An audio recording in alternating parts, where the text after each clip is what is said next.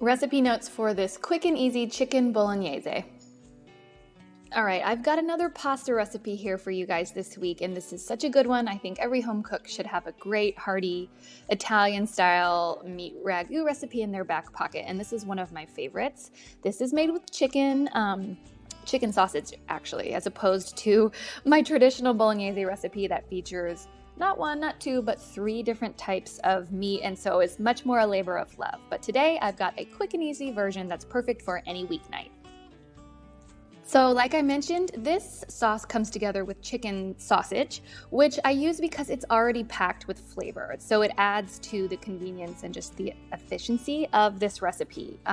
But if you can't find ground Italian-style chicken sausage, just head to the post itself. I've shared how to whip up a quick homemade chicken sausage, which is actually pretty cool just to know in general, in a pinch if you ever need it in the future. So I typically serve this sauce with basically any long cut of pasta, spaghetti, fettuccine, angel hair would even work if it's what you got. But traditionally, you'll see it served with tagliatelle, which is like a ½ inch wide flat noodle.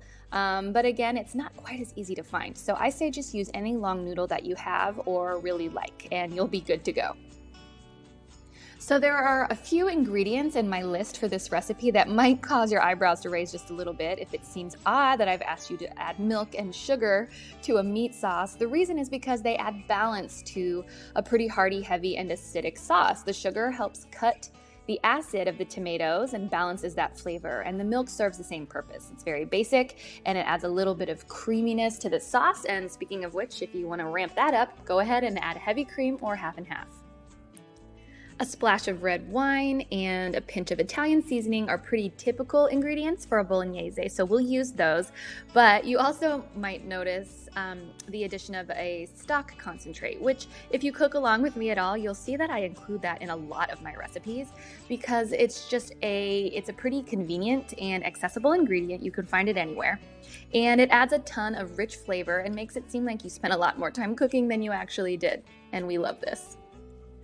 Now, the recipe I've shared today is very simple and it's very basic and straightforward, but it's really easy to build on it if you see fit.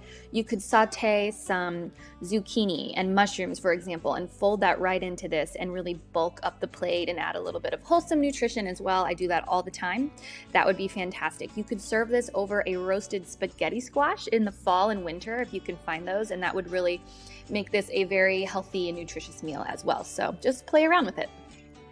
As always, thanks for checking out our recipe notes today. And if you have any questions after you've read through the recipe or the post and it's still not clear, feel free to reach out to me. You can shoot me an email or you can contact me on social media. You can leave a comment right here on the blog too.